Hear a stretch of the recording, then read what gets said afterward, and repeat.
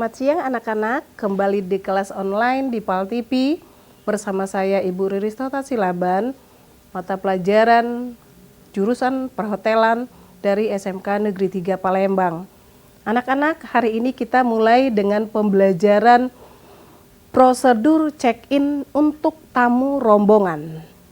Anak-anak boleh siapkan peralatan tulisnya supaya kita mulai pelajaran kita untuk hari ini. Untuk hari ini kita akan membahas materi yang sudah ditampilkan pada tanggal 21 Oktober kemarin. Akan kita bahas untuk hari ini dalam prosedur check-in untuk tamu rombongan. Terima kasih. Anak-anak, perlu saya review kembali karena pada beberapa bulan yang lalu sudah kita pelajari pembelajaran tentang check-in tamu individu. Sekarang kita lanjut dengan tamu rombongan. Kedua ini tidak jauh berbeda, hanya kita perhatikan dari jumlah tamu yang akan datang. Sebelumnya saya akan kasih tahu dulu, anak-anak boleh join atau mau bertanya, memberi saran nanti di 0711 8 322 0711 380022. Kita tunggu pertanyaannya dan saran untuk pembelajaran kita. Kita mulai prosedur check-in untuk tamu rombongan. Seperti yang sudah saya jelaskan tadi bahwa check-in itu sebenarnya ada yang individu, ada yang rombongan. Yang individu sudah kita bahas pada bulan yang lalu. Untuk tamu rombongan hanya beda jumlah dari tamunya. Kalau prosedurnya hampir sama. Yang pertama yang membedakannya adalah yang saya sebutkan tadi, jumlahnya berbeda. Berapa jumlah tamu untuk tamu rombongan? Di atas 15 orang. Jadi kalau kamu 5 orang, 10 orang datang ke hotel untuk check-in, kamu belum disebut dengan tamu rombongan. Diingat, karena banyak yang sudah kami dapatkan pertanyaan dari anak-anak bilang, Ibu, Mem, kalau 5 orang kami dengan bapak saya, mama saya datang ke hotel, apakah sudah termasuk tamu rombongan? Belum. Tetapi kalau kamu datang di atas dari 15 orang, maka kamu akan dinyatakan dengan tamu rombongan. Tolong dibedakan. Kalau kamu masih 5, 10 orang, 14 orang, maka kamu akan disebut dengan tamu individu. Ya. Bedanya, perhatikan. Kalau tamu yang datang dengan rombongan, kalau kamu datang dengan tamu rombongan, maka kamu memasuki hotel, namanya tamu rombongan lebih dari 15 orang, berarti dia akan di-drop dengan memakai bus contohnya, atau mungkin beberapa kendaraan, maka kamu akan disambut dengan doorman. Beda, lihat kalau di individu, kamu perhatikan, kamu disambut oleh doorman per individu, maka doorman-nya tidak perlu mengumpulkan. Karena kamu individu tidak perlu mengumpulkan anggota daripada tamu tersebut, maka kamu akan langsung di-drop ke resepsionis. Kalau kamu dalam keadaan rombongan, maka kamu akan dikumpulkan di satu tempat. Mungkin itu di lobi, mungkin itu di meeting room yang berguna untuk mengumpulkan anggota-anggota dari rombongan kamu. Yang kedua, kalau perlu, kendaraan dibutuhkan untuk mengangkut barang karena kamu tadi lebih dari 15 orang. Berarti kamu butuh kendaraan atau troli yang digunakan untuk mengangkut barang-barang daripada tamu tersebut. Kalau di tamu rombongan juga kita tidak diberikan waktu sendirian saja menanganinya karena jumlahnya banyak, maka kita akan diberi tenaga tambahan dari supervisor, dari manajer, dari security, atau dari bagian yang lain yang dapat menangani bersama-sama dengan seorang resepsionis. Yang kedua, selanjutnya, Waktu menurunkan barang sebaiknya harus diperhatikan oleh tour leader sebagai saksi jumlah daripada barang, supaya tidak terjadi kesenjangan antara jumlah barang yang kita bawa dengan jumlah barang yang di cross check nanti oleh petugas dari hotel. Yang keempat, tour leader ditemui untuk diantar ke lobi atau diajak duduk atau berbincang. Beda lagi antara individu dengan rombongan, ada perbedaan beberapa. Kalau individu dia langsung ke reception, langsung ke kamar. Kalau rombongan, kamu akan dikumpulkan seperti yang saya bilang tadi. Kamu akan dikumpulkan di suatu tempat untuk menunggu teman-teman kamu, dan yang memberikan kunci kamar bukan reception, tetapi nanti tour leader kamu yang akan mengatur. Ya, jadi kalau kita rombongan ada tour leadernya, ada leader yang akan menyusun siapa yang mempunyai kamar lebih dekat dengan yang di lantai 1, 2, 3, itu disesuaikan oleh tour leadernya. Yang selanjutnya, semua tamu rombongan dipersilahkan duduk di lobi atau di lounge, atau seperti yang saya bilang tadi, boleh di ruang meeting untuk mengumpulkannya. Selanjutnya, sediakan welcome drink. Itu seperti yang kita lakukan pada waktu kita check-in individu juga dipersilahkan. Tetapi kalau untuk tamu rombongan, welcome drinknya itu disiapkan di mana tamu rombongan tersebut dikumpulkan. Bukan seperti kita di individu, kita buat welcome drinknya di dekat reception, jadi tamunya akan ambil sendiri. Tapi karena ini kita buat di suatu tempat, maka kita akan ngedrop welcome drinknya di tempat yang sudah ditentukan tadi. Bell captain dan bellboy mengurus barang bawaan tamu dengan memasang baggage tag-nya. Oke, pimpinan rombongan atau tour leader akan mengisi registration card. Kalau kita individu, kita mengisi sendiri atau diisikan oleh petugas reception.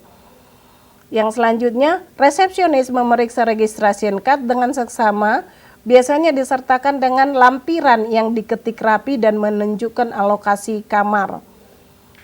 Cara penyerahan kunci kamar yang praktis adalah diserahkan kepada tour leader.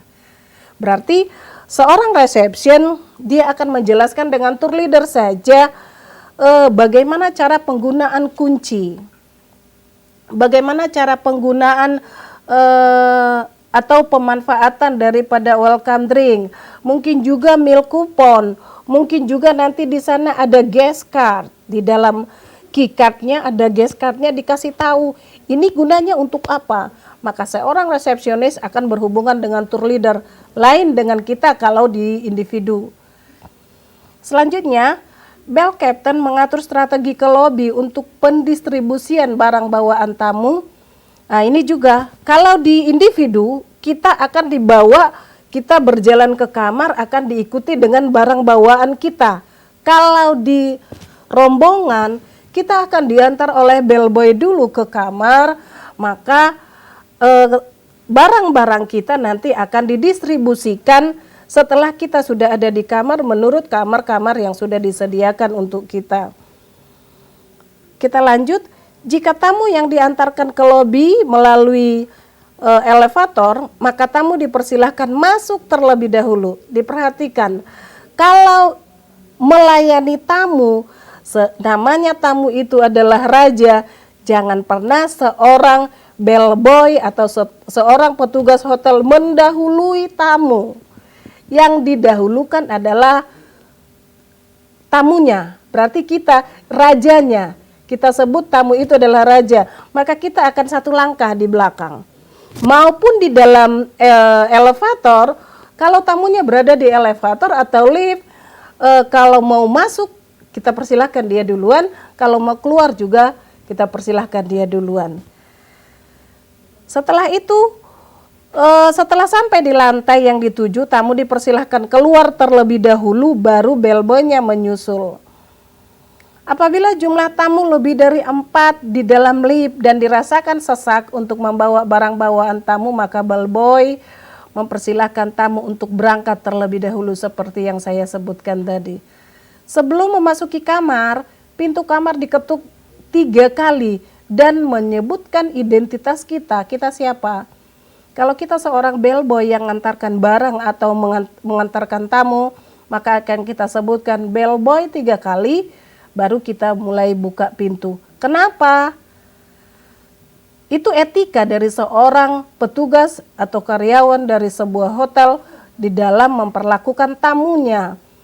Contoh, apabila hal yang ditakutkan, kenapa harus menyebutkan itu, harus diingat, itu etika. Hal yang harus ditakutkan, mana tahu ada masih orang di dalam, mana tahu, tapi ini kecil kemungkinan. Tapi ingat, itu etika. Kalau mau memasuki sebuah kamar harus menyebutkan terlebih dahulu identitas kita dan mengetuk kamar 3 kali. Selanjutnya, seorang bellboy baik harus menerangkan, seorang bellboy yang baik harus menerangkan fasilitas daripada kamar yang akan dihuni oleh seorang tamu atau tamu rombongan tadi.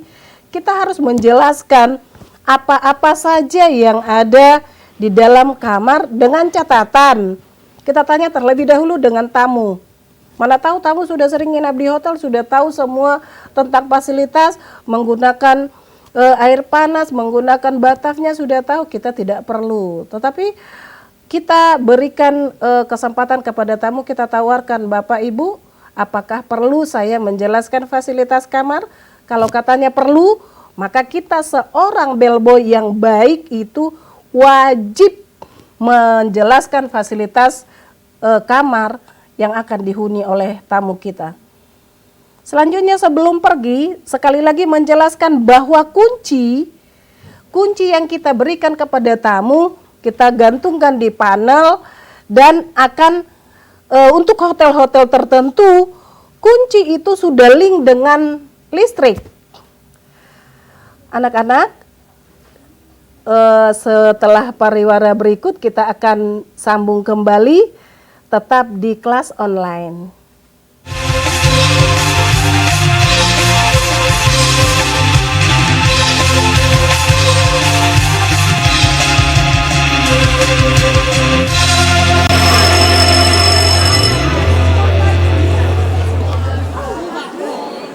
Kembali di kelas online bersama saya Ibu Riris. Anak-anak, kami tunggu saran pertanyaan di 0711 03822. Kami tunggu. Kita lanjut. Sebelum kita meninggalkan tamu, tadi kita menjelaskan kepada tamu fasilitas yang ada di kamar supaya tamu tahu menggunakan apa-apa yang ada di kamar kita, di kamar yang sudah kita jual. Nanti supaya tidak terjadi komplain apabila tamu sudah ada di dalam kamar, dia contoh yang paling konkret, dia tidak bisa menghidupkan AC contohnya, atau membuat AC-nya yang dingin, yang sedang, yang tidak begitu dingin. Kita ajari supaya tidak komplain, maka sebelumnya kita kasih tahu dengan tamu, karena ini bisa menimbulkan ketidaknyamanan tamu apabila kita tidak menjelaskan kepada tamu bagaimana cara penggunaan peralatan atau fasilitas yang kita gunakan. Maka seorang bellboy harus memperhatikan, harus benar-benar menjelaskan bagaimana penggunaannya. Yang selanjutnya, sebelum pergi, tadi saya sebutkan kunci pada hotel-hotel berbintang, kunci itu sudah link atau sudah satu tim. Kalau kita memasang kunci, maka lampunya sudah akan hidup. Maka di sini kita jelaskan dengan tamu, karena saya pernah punya tamu, dia sudah berada di kamar, dia tahan gelap-gelapan, sudah mau pagi, baru dia ngomong, kok di hotel ini mati lampu sepanjangan?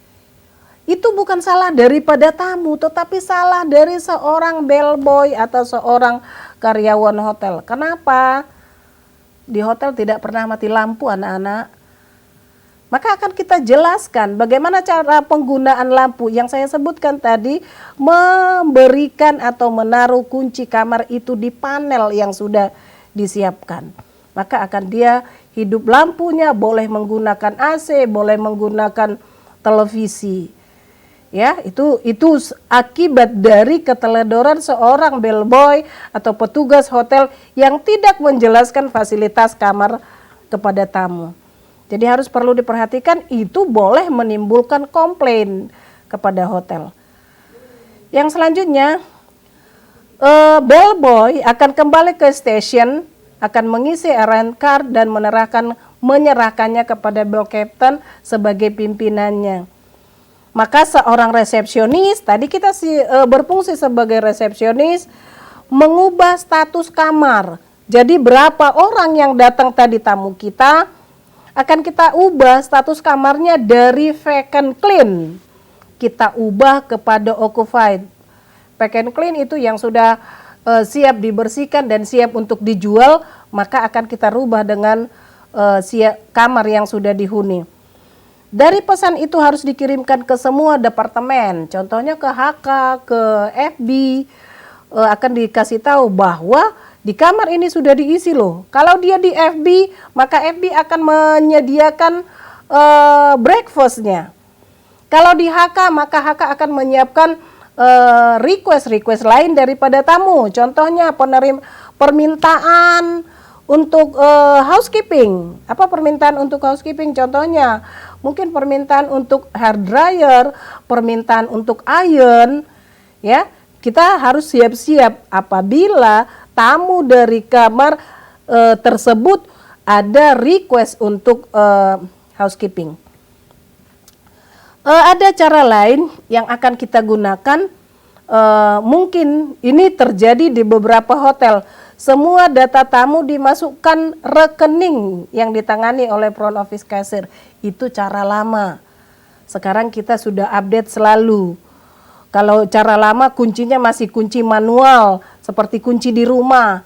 Ini sudah kita update, maka kita pakai yang sudah update saja. Oke anak-anak, kita lihat untuk soal mandirinya, tugas mandirinya. Ada di sini ada beberapa kasus.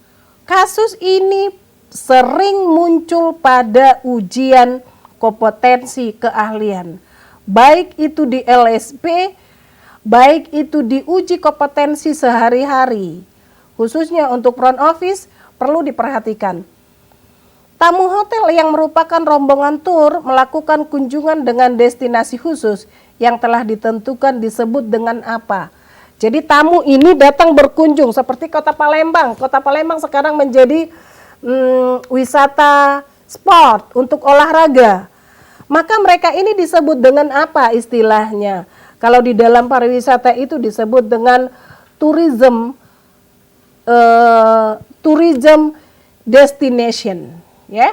Jadi khusus dia datang ke Palembang seperti kita orang Indonesia pergi ke Mekah khusus untuk wisata religi, ya. Itu salah satunya.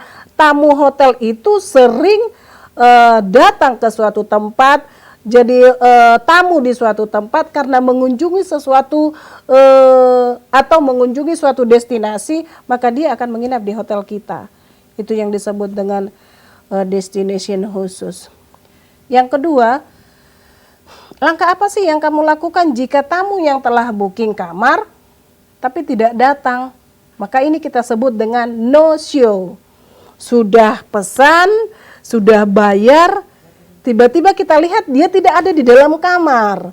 Kalau untuk orang-orang housekeeping ini sangat rezeki nomplok. Kita sudah dapat uang, tapi kita tidak membersihkan kamar.